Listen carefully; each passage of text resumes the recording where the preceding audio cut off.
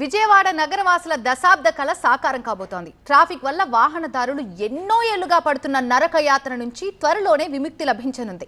ఎప్పుడెప్పుడా అని ఎదురు చూస్తున్న విజయవాడ పశ్చిమ బైపాస్ దాదాపు పూర్తిగా వచ్చింది.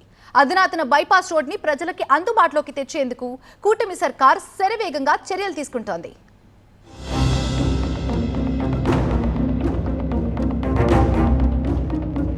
విజయవాడలో అత్యంత కీలకమైనది వెస్ట్ బైపాస్.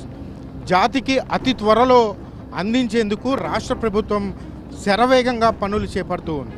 ఇప్పటికే దాదాపు 95% వరకు పనులు పూర్తయ్యాయి. మిగిలిన 5% పనులను చకచక చేపడుతూ ఉన్నారు అధికారులు. ప్రస్తుతం విజయవాడ వెస్ట్ బైపాస్ పనులు ఎక్కడి వరకు వచ్చాయి, ఎప్పటికీ ఈ వెస్ట్ బైపాస్ అందుబాటులోకి వచ్చే అవకాశం ఉంది, చూడండి ఈ గ్రౌండ్ రిపోర్ట్స్ చూడండి.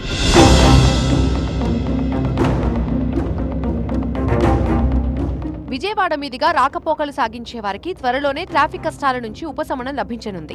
అమరావతిని దేశంలోని పలు ప్రాంతాలకు అనుసంధానించడం కోసం 2014లో అప్పటి టీడీపీ సర్కార్ గన్నవరం దగ్గరలోని చిన్నౌటపల్లి నుంచి మంగళగిరి సమీపంలోని కాజా టోల్ గేట్ వరకు బైపాస్ రోడ్ నిర్మాణాన్ని ప్రతిపాదించింది. 47.8 కిలోమీటర్ల దూరం గల ఈ రోడ్డు నిర్మాణం కోసం భూసేకరణ చేసింది. 6 వరుసల రహదారి కోసం DPR రూపొందించి కేంద్రంలోని ఎన్డీఏ ప్రభుత్వంతో ఆమోదింపజేసింది. ఈ బైపాస్ ని కేంద్రం భారత్ మాల ప్రాజెక్టు కింద చేర్చి NHAIకి రోడ్డు నిర్మాణ బాధ్యతలు అప్పగించింది. 2 ప్యాకేజీలుగా విభజించి NHAI నిర్మాణ సంస్థలకి పనులు అప్పచెప్పింది. చిన్నౌటపల్లి నుంచి గొల్లపూడి వరకు 30 కిలోమీటర్ల బైపాస్ ని ప్యాకేజీ 3గా చేసి నిర్మాణ బాధ్యత మేఘా ఇంజనీరింగ్ కి కట్టబెట్టింది. గొల్లపూడి నుంచి కాజా టోల్ గేట్ వరకు మరో 17.8 కిలోమీటర్ల మార్గాన్ని ప్యాకేజ్ 4గా నిర్ణయించి నవయుగ, అదానీ గ్రూపులకి అప్పగించింది. 2021లో పనులు చేపట్టిన నిర్మాణ సంస్థలు శరవేగంగా జరిపాయి. చిన్నౌటపల్లి నుంచి గొల్లపూడి వరకు 30 కిలోమీటర్ల మార్గం 95% పూర్తి చేసింది.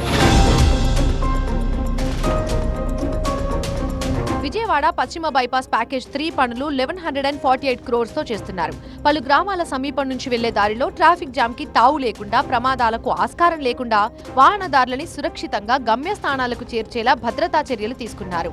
బైపాస్ రోడ్ నిర్మాణంతో విజయవాడ శివారు ప్రాంతం వేగంగా అభివృద్ధి చెందుతుంది. గతంలోనున్న జక్కంపూడి కాలనీ, కొండపావులూరు, వెదులుపావులూరు గ్రామాల వైపు వెళ్లేందుకు విజయవాడ నుంచి సరైన మార్గం లేకపోవడంతో అభివృద్ధికి నోచుకోలేదు.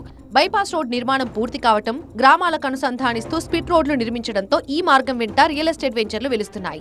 పారిశ్రామికవేత్తలు సైతం పెద్ద ఎత్తున భూములు కొనుగోలు చేయడంతో పొలాల ధరలు కూడా పెరుగుతున్నాయని రైతులు చెబుతున్నారు. నెక్స్ట్ బ్రిడ్జి కూడా అయిపోతే, ఏటి మీద బ్రిడ్జి కూడా అయిపోతే రాజధానిలోకి వెళ్ళడానికి మినిమం అవుటపల్లి నుంచి, చిన్న అవుటపల్లి నుంచి రాజధానిలోకి వెళ్ళడానికి మినిమం 30 గంట, హాఫ్ అన్ అవర్లో వెళ్ళిపోయే అవకాశం ఉందండి. అది చుట్టుపక్కల చాలా హ్యాపీగా ఉన్నాం, రైతులు కూడా హ్యాపీగా ఉన్నాం. ఈ బైపాస్ వేయటం వల్ల మంచి రేట్లు కలిగినాయి. ప్లస్ సైడ్ వెంబటే బైపాస్ వెంబటే సైడ్ సర్వీస్ రోడ్డు కూడా వస్తే మా అందరికీ బాగుంటుందండి.